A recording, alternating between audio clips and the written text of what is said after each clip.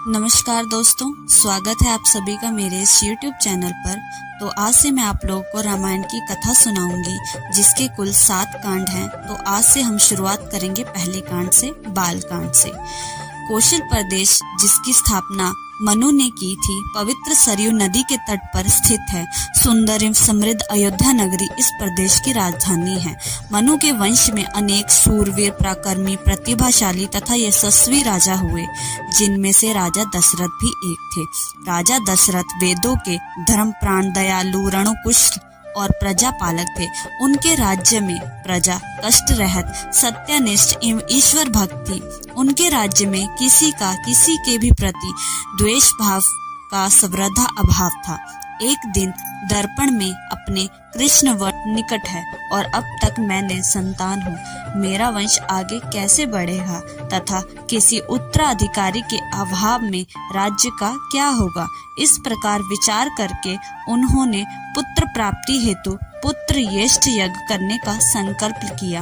अपने कुल गुरु वशिष्ठ जी को बुलाकर उन्होंने अपना मंतव्य बताया तथा यज्ञ के लिए उचित विधान बताने की प्रार्थना की। उनके विचारों को उचित तथा युक्ति युक्त ज्ञान कर गुरु वशिष्ठ जी बोले, हे राजन, पुत्र यष्ट यज्ञ करने से अवश्य ही आपकी मनोकामना पूर्ण होगी, ऐसा मेरा विश्वास है।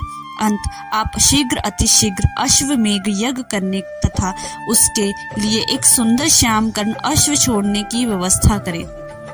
गुरु वशिष्ठ की मंत्रणा के अनुसार शीघ्र ही महाराज दशरथ ने सरयू नदी के उत्तरी तट पर सुसज्जित एवं अत्यंत मनोरम यज्ञशाला का निर्माण करवाया तथा मंत्रियों और सेवकों को सारी व्यवस्था करने की आज्ञा देकर महाराज दशरथ ने रानीवास में जाकर अपनी तीनों रानियां कौशल्या, कैकेयी और सुमित्रा को यह शुभ समाचार सुनाया।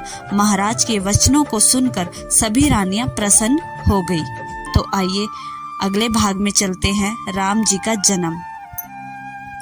मंत्री गणों तथा सेवकों ने महाराज की आज्ञा अनुसार श्यामकर्ण घोड़ा चतुरंगिनी सेना के साथ छुड़वा दिया। महाराज दशरथ ने देश देशांतर के मनस्वी, तपस्वी, विद्वान, ऋषि मुनियों तथा वेद विज्ञ प्रकांड पंडितों को यज्ञ संपन्न कराने के लिए बुलावा भेज दिया। निश्चित समय आने पर समस्त अभ्य भक्तों के साथ महाराज दशरथ अपने गुरु वशिष्ठ जी तथा अपने परम मित्र अंग देश के अधिपति लोभपात के जामाता शंग ऋषि को लेकर यज्ञ मंडप में पधारे। इस प्रकार महान यज्ञ का विधिवत शुभारंभ किया गया। संपूर्ण वातावरण वेदों की रचाओं के उच्च स्वर में पाठ से गूंजने तथा समृद्धि के सुगंध से महकने लगा। समस्त पंडितों, ब्राह्मणों, ऋषियों आदि का यथोचित धन धान्य, गो आदि भेंट करके सादर विदा करके साथ यज्ञ की समाप्ति हुई। राजा दशरथ ने यज्ञ के प्रसाद चरा को अपने महल में ले जाकर अपनी तीनों रानियों में वितरित कर दिया। प्रसाद ग्रहण करने के परिणाम स्वरूप परम पिता परमात्मा की कृपा से तीनों रानियों ने गर्भ धारण किया।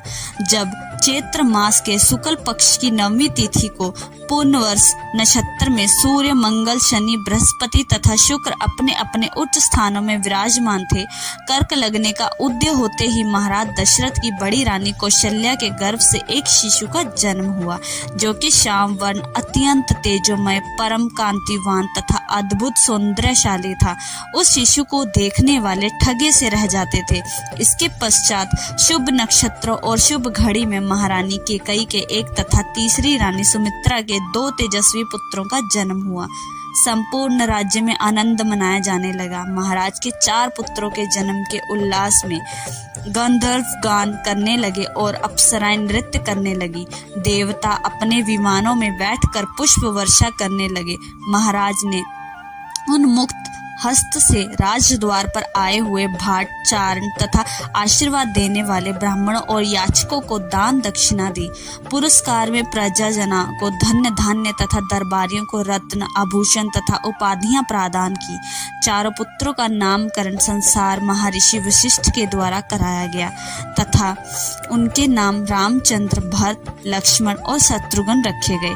आयु बढ़ने के साथ ही साथ रामचंद्र गुणों में भी अपने भाइयों से आगे बढ़ने तथा प्रजा में अत्यंत लोकप्रिय होने लगे।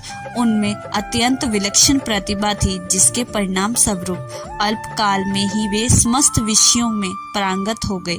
उन्हें सभी प्रकार के अस्त्र शस्त्रों को चलाने तथा हाथी, घोड़े इन सभी प्रकार के वाहनों की सवारी में उन्हें असाधारण निपुणता प्राप्त हो गई। वे निरंतर माता पिता और गुरुजनों की सेवा में लगे रहते थे। उनका अनुसरण शेष 3 भाई भी करते थे। गुरुजनों के प्रति जितनी श्रद्धा भक्ति इन चारों भाइयों में थी, उतना ही उनमें परस्पर प्रेम और सौहार्द भी था। महाराज दशरथ का हृदय अपने चारों पुत्रों को देखकर गर्व और आनंद से भर उठता था। Thank you.